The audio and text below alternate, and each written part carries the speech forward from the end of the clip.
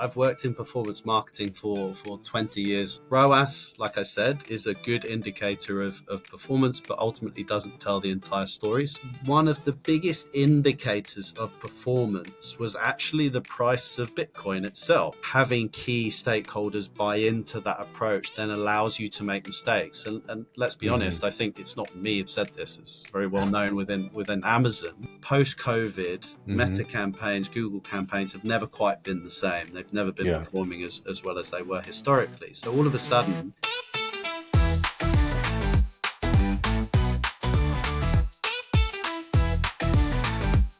You are listening to Full Funnel.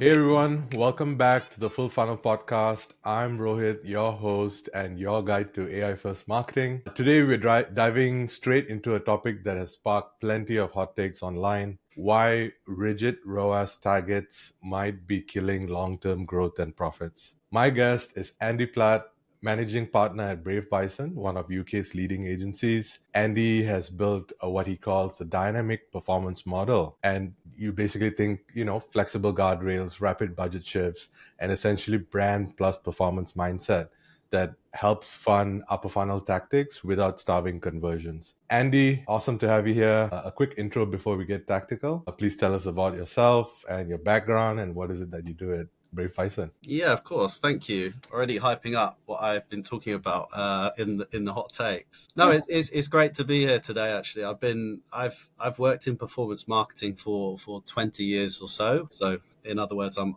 old. I've been at Brave Bison now for about 18 months. I'm the managing partner of client services down there. Okay. So my main responsibility is, kind of as the job title suggests, is on client servicing and making sure that we are getting the most out of our clients, and likewise they're getting the most out of us as well. I think you're sort of hinting at the beginning there, but this is a very complex marketplace that we get into.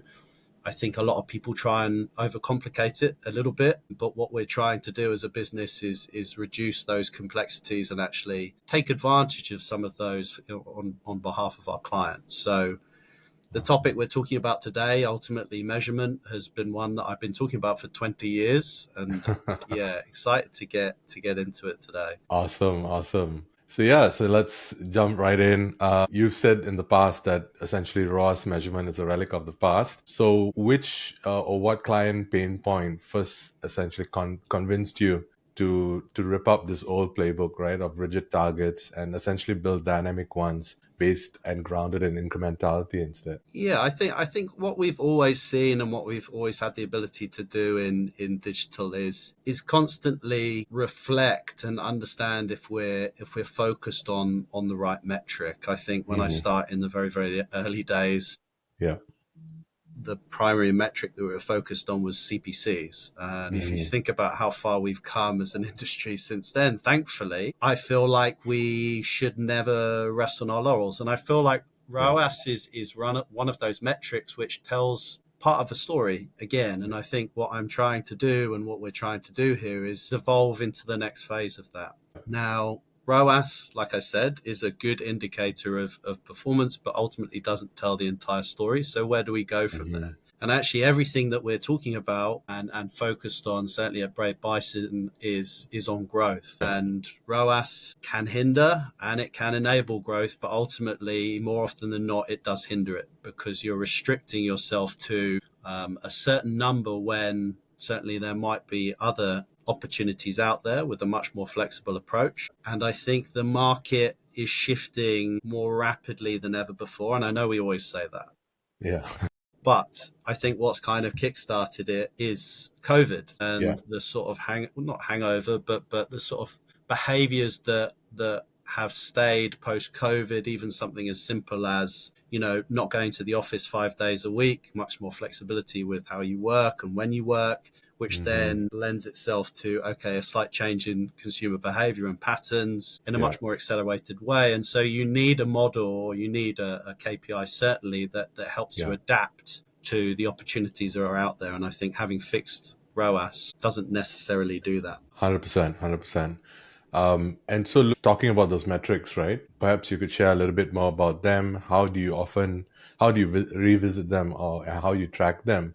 Could you share your playbook or Brave Bison's playbook on tracking client performance? Yeah, sure. So I think there is an opportunity now to take the data that we do have to be able to create more predictive models. Yeah. And I think there are much more indicators of success available that would indicate that the performance is going to improve by doing something or subsequently decline.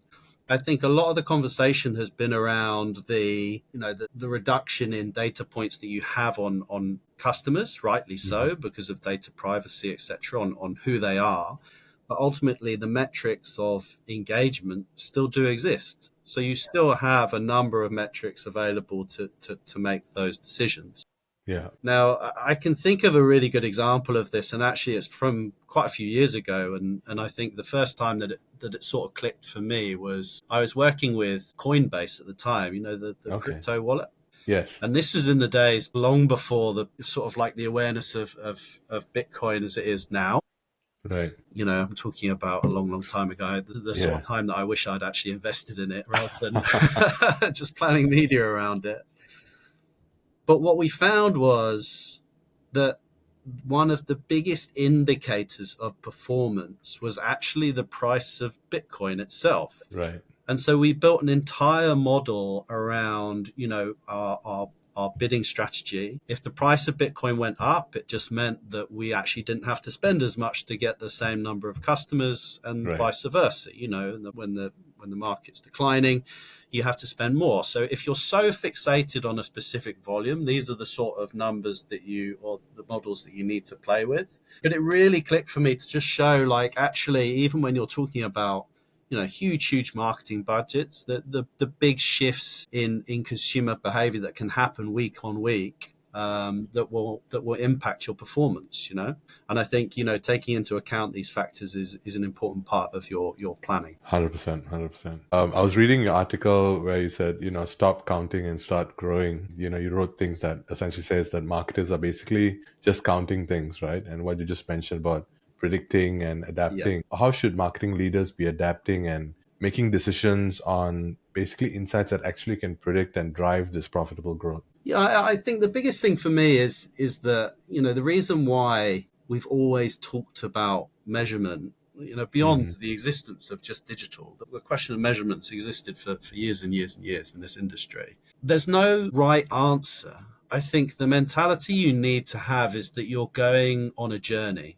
And I think as soon as you kind of accept that and drive that message home to key decision makers in your business, it then, I think, has an impact on the whole sort of cultural impact of what you mean by measurement. I think a lot of businesses are kind of stuck with what they currently have because you've got a lot of key decision makers going, hang on, if we change that, it means what we did a year ago is completely wrong. Well, yeah, I think you just have to have the difficult conversations, Yeah.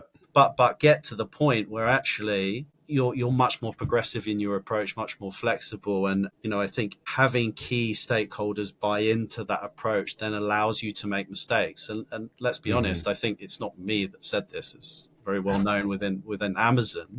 Yeah. A business that I worked with for a number of years, is that you learn a lot more from your mistakes than you do when you're getting things right. And that's where 100%. I think you have the opportunity to make more mistakes. The CFOs, etc., kind of accept that that's part of the journey, but getting you to a better place. Definitely.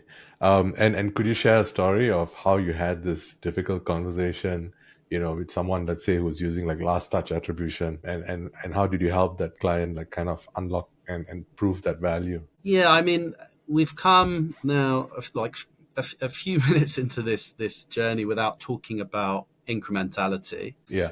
And again, a lot of my background has been in, working on very, very established businesses, brands, household names that actually, not in an arrogant way, but you can run performance campaigns for them fairly easily, right? Because everyone knows Amazon, Exactly. So that's not necessarily the challenge. I think the challenge comes to, incrementality. Exactly. And as soon as you start framing that conversation to the CFOs of this world around incrementality, then it becomes a slightly different conversation, i.e., we're not just focused on delivering those customers that are almost at conversion. What we want to do is deliver, growth to your business, so that if you turned away from us or turned us off, you would actually see an impact to the bottom lines. Without going to specifics, I would say my time working with Amazon definitely gave me that lesson and the ability to articulate true value above a baseline, which is really, really important, because we're not just here harnessing what already exists. It's about delivering incremental to that, and actually consumers changing their behavior because of the messages that you're delivering to them. 100%, 100%. Even when we show the customer their baseline for the first time, even you're talking about mature brands, they get pretty shocked, right? Yeah. And they then realize the value of incremental or incrementality measurement. And so just on that point, I guess it's a great segue to the age-old debate of brand versus performance, which has been going on for some time now. How do you explain that? Brand essentially helps drive the lower funnel KPIs as well, right? Rather than stealing from it.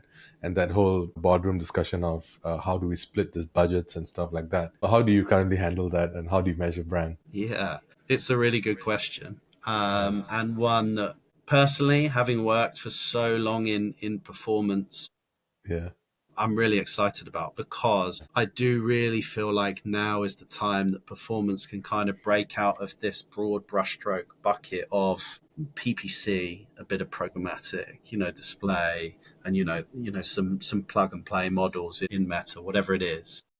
And actually, we should start talking about digital again, where we used to be. And I think, the opportunity, again, I talk about market context, is that, the way that you qualify success has changed quite a lot recently. The will they, won't they, cookie degradation, is it coming? Is it going? Obviously, it's here to stay for a bit longer.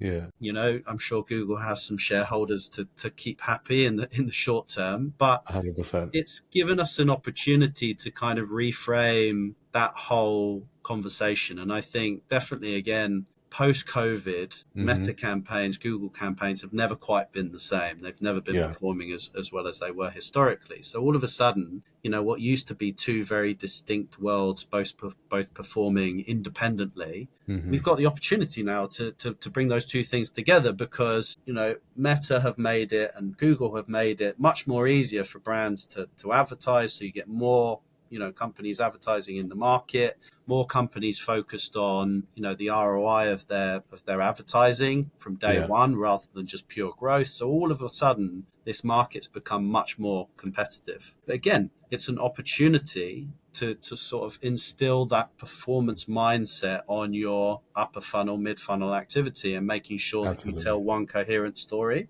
Yeah. I'd say the other thing that's changed, that's given us the platform to do this, is creative. So you would have seen Meta maybe 6 months ago coming out saying, creative is the new targeting, mainly because they can't target as well as they used to. But it's a good thing for us, because it's something 100%. We've been focused on for a long, long time, is the creative storytelling that you're able to do. And I think if you're able to tell that narrative through, a clear, regardless of channel, through the audience journey, then I think it gives you the platform to bring those two things together. Right. I do think, it's a difficult thing, because also, you're talking about two worlds that have coexisted for a long, long time.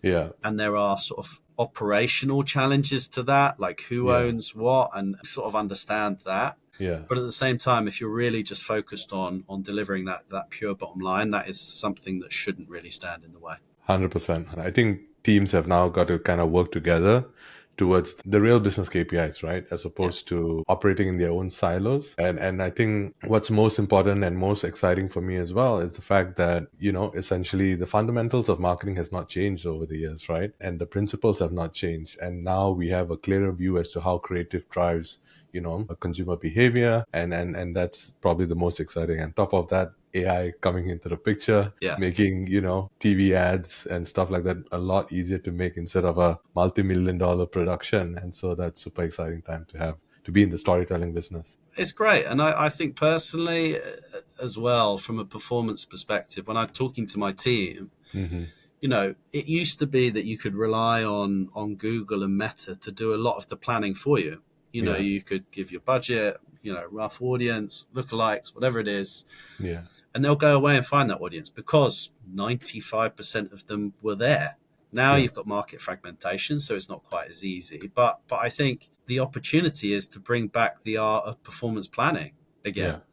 Like I think about, the tools that you used to access before, Meta and Google sort of did all that for you. We can now go back to those days, having a better understanding of who your customers actually are and what they want. So it's really exciting. And like you said, the principles of advertising remain the same. I think about some of the greats of our industry, David Ogilvy.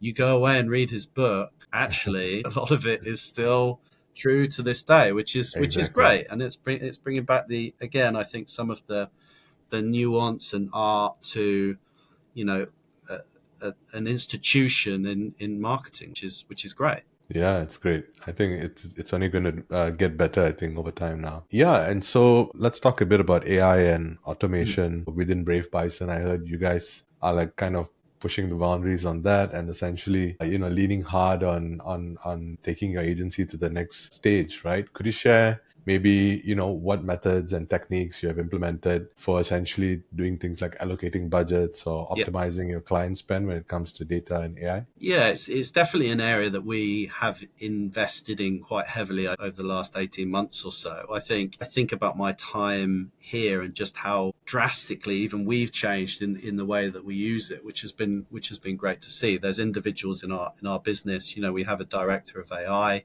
Matt Garber, who just won a Campaign Magazine's Game Changer of the Year, which is fantastic. And if I think about performance agencies that I've been at in the past, that wouldn't have been the case. No slight on them, but you wouldn't have spoken to these people because you didn't need to do it. It didn't exist. Yeah. So the fact that we have these individuals in our business is exciting. In terms of our actual tool set, we have identified the sort of gaps that are occurring in our approach to delivering success to clients, and it was really on actually having a good understanding of your customer. So what we're using our AI tools to do is actually produce or plug those gaps. And so we produced a tool called Audience GPT. So essentially it allows you to plug your first and third party data sets into our essentially a chat GPT and have a direct one-to-one conversation with key clusters. So key customers that you're trying to engage. Now, what does this enable you to do? Not only is it kind of a massive focus group or a number of focus groups at your fingertips, but then it can inform every decision that you're making.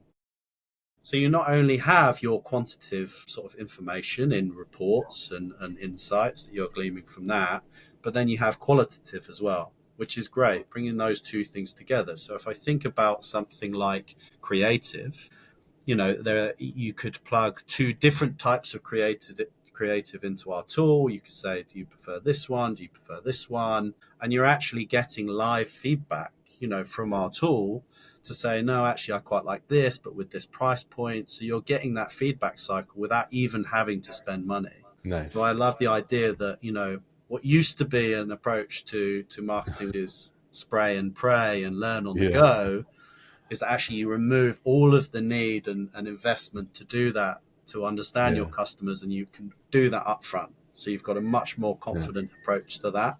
Yeah. And I also think, going back to I feel like I'm being harsh to CFOs, but they're every CMO's kind of counterpart. Is that if they really struggle to get into the idea of spending in upper funnel outside of incrementality, the thing that you have to really sell into them is the approach, your customers. And if you're really confident on who your customers are and you're able to articulate that to your CFO, then it should be much easier to say, okay, so this is where we need to be. This is who we need to speak to. These are the clear jobs to be done. And look, this is all of it based on our first party data and actually making that first party data useful again. So again, it's a very exciting time for us as a business. We're having a lot of success in it. I think one lesson for us has been, The idea of being able to have a one-to-one conversation with your customers is kind of daunting, because you say, well, where do I even start with that? But in reality, once you underpin, our tools and tools like Ad Studio of creating assets and performance assets for businesses, then it starts to really accelerate how we're working. And it just underpins everything that we do to reinforce every decision. So it's less about an individual's feeling, but it's reinforced with, customer insight. So you've got the qualitative and the quantitative side of it. That's super interesting. I've been researching the whole synthetic data side of things as well, where they create all the synthetic audiences. It's just super interesting, because it's a hell lot cheaper than running surveys and doing groups and stuff like that, right? Just to get a good read. May not be too accurate, but at least you get a good read to get started. For listeners who are a bit who haven't actually tested all of these AI approaches, what would be your advice to them? Like, what would be the lowest entry point to kind of prove it works and then take it from there? I think I suppose it depends where you are on your audience journey. I think most people or most businesses should have a pretty clear idea about who their customers are. Even without the use of a tool, they should have a pretty clear idea about who they are. If you don't, you probably should find ways to get a better understanding about who they are, because it will probably surprise you. And I think then you've got the opportunity to create more refined approaches through the funnel. So take yourself out of the world of Google and Meta. How would you want to be represented? What sort of are the different stages of decision making for that individual? And start to try and test that in isolation. And I would expect 9 times out of 10, if you actually have a good understanding of your customer, a clear idea about what are the potential blockers to purchase or jobs to be done from a business perspective, then I would back myself to say that actually you'll start to see more effective results across that customer group. So, start small as you can, but then, I think you'll quickly adapt your thinking. The other thing that I would say is that, for maybe those slightly more advanced in their audience understanding, perhaps, you've got, 5 personas listed out on a PowerPoint somewhere.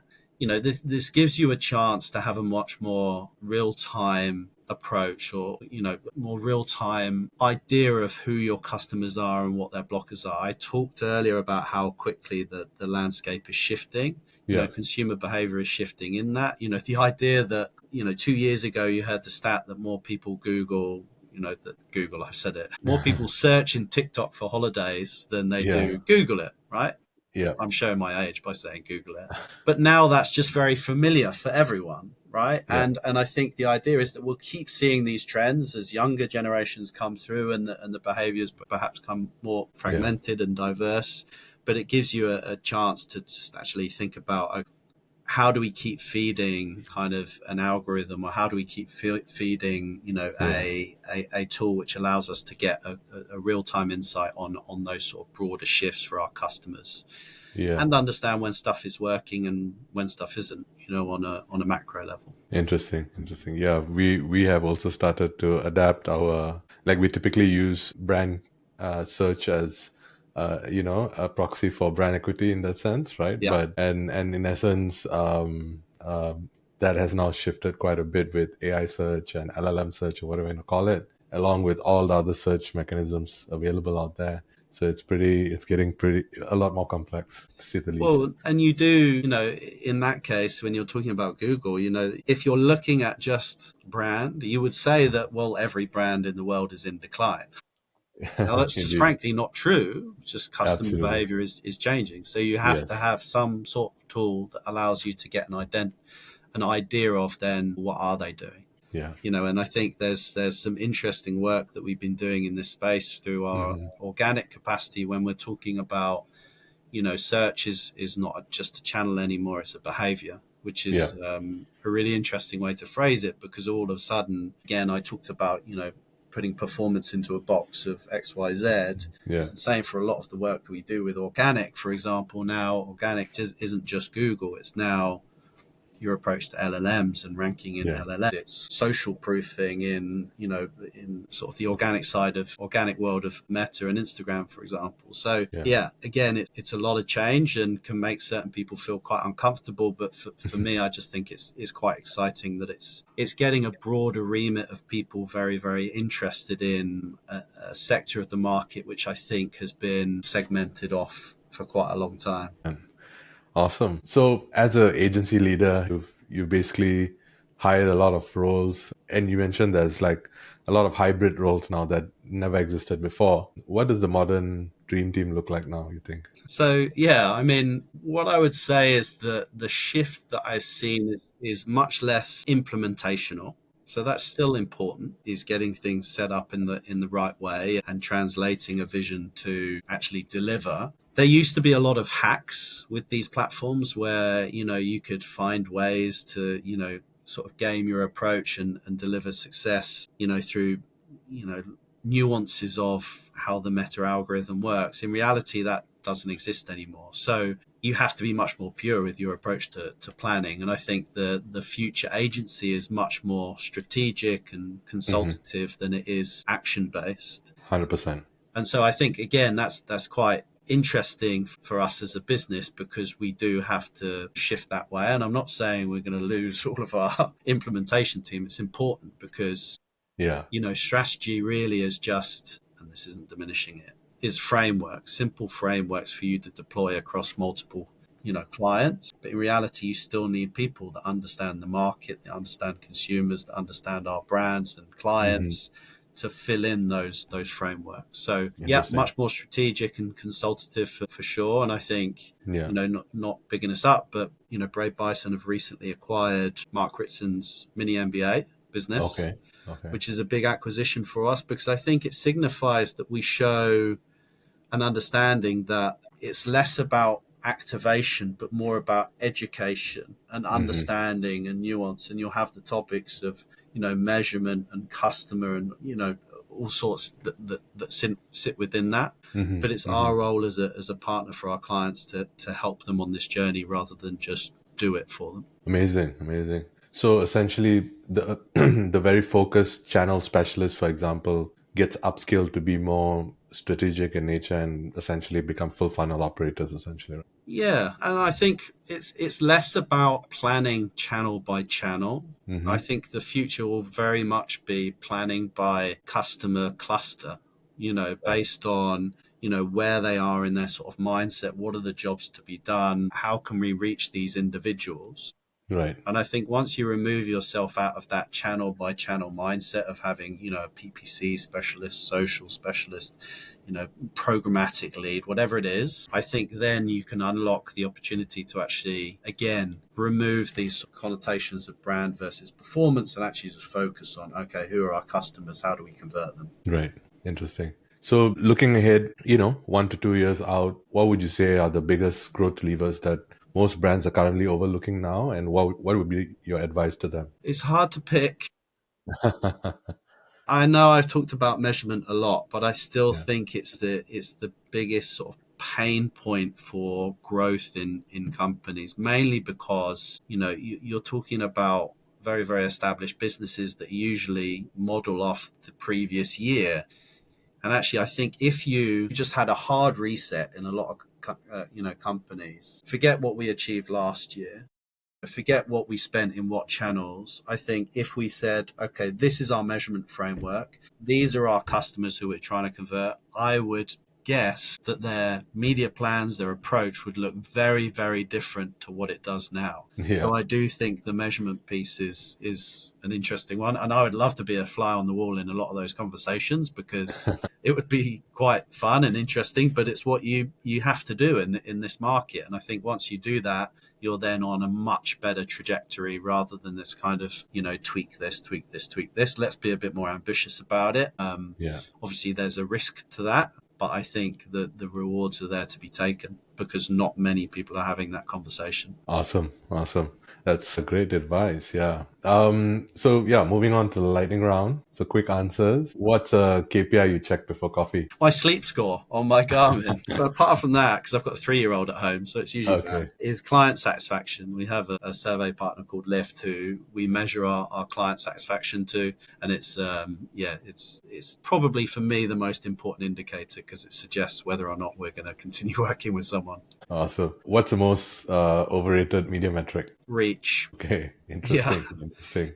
I can add more to that if you want, but it's one-word answers. But I think everyone catches my drift that's from good. that. Yeah. What's an AI tool that has boosted your team's productivity this last quarter? I'm going to give 2 here. Definitely LifeSite.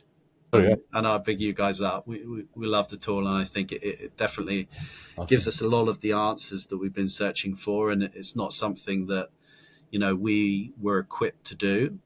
Agencies who go out there trying to build their own attribution models, tough going. You need specialists, and that's been, a valuable part of our partnership for sure. Amazing. But then I'm also going to bring ourselves up with Audience GPT, our audience insights tool. It's been fantastic. Interesting. Awesome. And what's a marketing myth you'd like to bury forever? I mentioned it earlier, but spray and pray, the idea that you can still run your campaigns and sort of learn about your customers on the go. Yeah. You just can't do that anymore, mainly because CPMs are too expensive to do it, but you just can't, build the plane as you're flying it anymore. So, have a good solid understanding of who your customers are before you do anything, and it's going to save you a ton of money and effort. Awesome. All right. Thanks, Andy. That's a wrap for this edition of the Full Funnel Podcast. Andy, huge thanks for unpacking your playbook. It's been a masterclass, I would say. To everyone listening, thank you so much for sharing a part of your day with us, and share this one with a teammate who's still chasing after ROAS targets, right? We'll be back next week with another guest pushing the boundaries of AI-driven growth. Until then, keep testing, keep learning, and I'll catch you on the next Full Funnel. Thank you, Andy. Have a good one. Thank you.